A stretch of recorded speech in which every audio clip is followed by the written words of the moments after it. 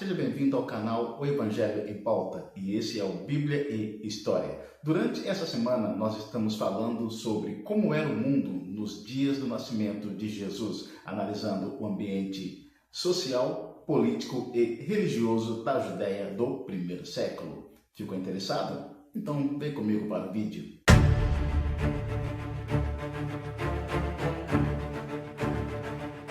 Durante os dias de Jesus na Terra, Roma dominava boa parte do mundo conhecido e era a principal potência militar da época. Em cada nação que ela conquistava, ela destituía toda a governança e enviava suas autoridades para reger as regras naquela nova nação conquistada. E foi assim que Roma fez com a Judéia. Após a conquista do território israelense, Roma passou a colocar seus representantes para comandar a nação de Israel.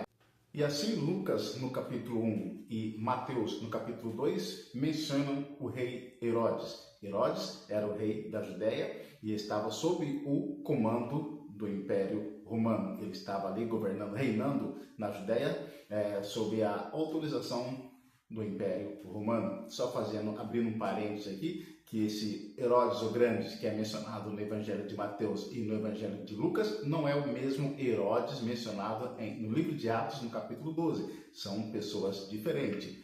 Esse Herodes o Grande mencionado no Evangelho de Lucas e no Evangelho de Mateus era avô do Herodes Agripa, que é mencionado lá no capítulo 12 do livro de Atos. Só abrindo esse parênteses aí para não haver essa confusão, que aparece o mesmo nome, Herodes, no Evangelho de Lucas, no Evangelho de Mateus, e Herodes no livro de Atos, e aí muitas pessoas acham que é a mesma pessoa, certo? Não é. O Herodes Agripa, que aparece no livro de Atos, ele é neto de Herodes o Grande, que ordenou o infanticídio, a matança das crianças, para tentar impedir o ministério do Senhor Jesus Cristo. Então, vamos recapitular. No primeiro vídeo, nós vimos que o Império Romano era o império regente da época e estava dominando a Judéia. O que os imperadores romanos faziam? Cada vez que conquistavam uma nação, colocavam autoridades para ficar como seus representantes. Então, Herodes o Grande ali era o representante oficial do Império Romano, governando, reinando na Judéia. Então, esse era o âmbito político em que Jesus Cristo nasceu,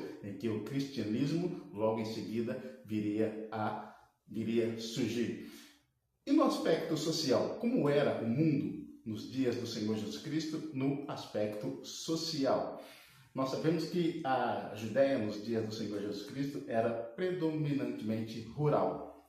Eles viviam da pesca, viviam da agricultura, e a vida cotidiana não era fácil, era muito difícil. Além de eles terem que trabalhar muito para o seu sustento diário, ainda havia o jugo pesado que o Império Romano colocava sobre eles, com a cobrança de impostos, que vamos ver mais na frente, como que os cobradores de impostos eram odiados pelos judeus, exatamente por isso, porque eram judeus que estavam trabalhando a serviço de Roma, tirando o pouco sustento que a população tinha.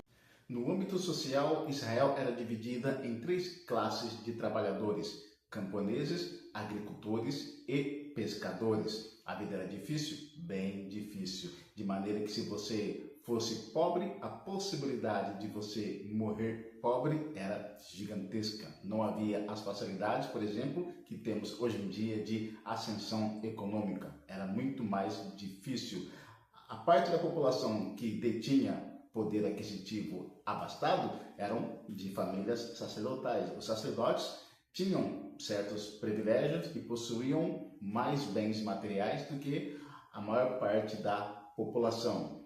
Sacerdotes faziam parte da aristocracia de Israel. Inclusive, vamos ver mais à frente que os saduceus, esse braço religioso de Israel, os saduceus, eles eram da classe sacerdotal, ou seja, eles tinham um poder aquisitivo, eles eram mais abastados financeiramente do que a maior parte da população israelita. Então, esse era o ambiente político e socioeconômico de Israel, do mundo em que Jesus Cristo nasceu. Saindo agora do ambiente político e socioeconômico, entramos no ambiente religioso. E dentro desse ambiente religioso, nós vamos encontrar fariseus e saduceus. Qual que era a diferença doutrinária entre fariseus e saduceus? Os fariseus acreditavam na ressurreição, acreditavam em anjos, acreditavam em espíritos. Os saduceus não acreditavam na ressurreição e não acreditavam em anjos. Então, eles tinham essa diferença doutrinária que afastavam os grupos. Na verdade, esses dois grupos só se juntaram quando foi para perseguir e matar o Senhor Jesus Cristo. Nesse momento, eles entraram em comum acordo para um objetivo comum, que era a morte do Senhor Jesus Cristo. Então, o ambiente religioso de Israel do primeiro século era influenciado fortemente pelo grupo dos fariseus e pelo grupo dos saduceus. Ou seja, é nesse arcabouço religioso que Jesus começa o seu ministério. Conforme está registrado no Evangelho de Lucas, no capítulo 3, no versículo 23, por volta dos 30 anos de idade, o Senhor Jesus inicia o seu ministério. E qual era a mensagem do Senhor Jesus? E por que a mensagem do Senhor Jesus confrontava tanto os fariseus quanto os saduceus? Primeiro, Jesus, evidentemente, falava abertamente a respeito da ressurreição. Isso contrariava a doutrina dos saduceus. Porém, Jesus Cristo confrontava os fariseus acerca da hipocrisia. Quando nós lemos os 4 evangelhos, nós vamos ver que todo embate, todo conflito gerado em torno dos fariseus era a respeito da hipocrisia. Por quê? Os fariseus, eles tinham por fé colocar peso, um jugo desnecessário sobre a vida das pessoas. Colocavam um fardo pesado sobre a vida das pessoas. E o Senhor Jesus Cristo surge exatamente mostrando o contrário, que não era necessário as pessoas carregarem todos aqueles ritos religiosos, que não era necessário as pessoas terem todo aquele cerimonialismo para se aproximarem de Deus. Jesus mostrava um caminho mais curto, mais prático, que era simplesmente pela fé, que era simplesmente você olhar para o alto e crer que Deus estava ali para te atender e te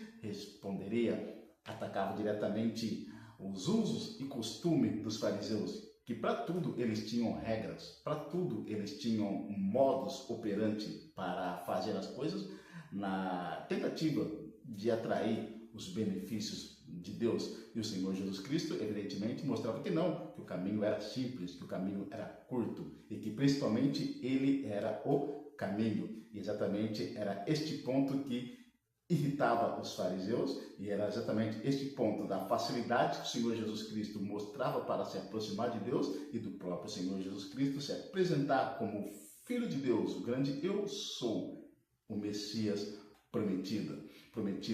E é exatamente este ponto, esse aspecto que gerou todo o conflito que nós acompanhamos nos 4 evangelhos dos fariseus perseguindo, sempre ali tentando, sempre questionando o Senhor Jesus Cristo, sempre com alguma pergunta, sempre lançando alguma isca, a tentativa de pegar o Senhor Jesus Cristo com uma resposta errada, para terem como levá-lo ao sinédrio para a sua punição devida, certo? Então, os fariseus eram este grupo que acreditavam na ressurreição, acreditavam em anjos, acreditavam em espíritos, porém a hipocrisia deles era gigantesca. A maneira como eles se apresentam, que eles forçavam as pessoas a carregar um jugo desnecessário, impondo uma religião falsa, vazia e pesada.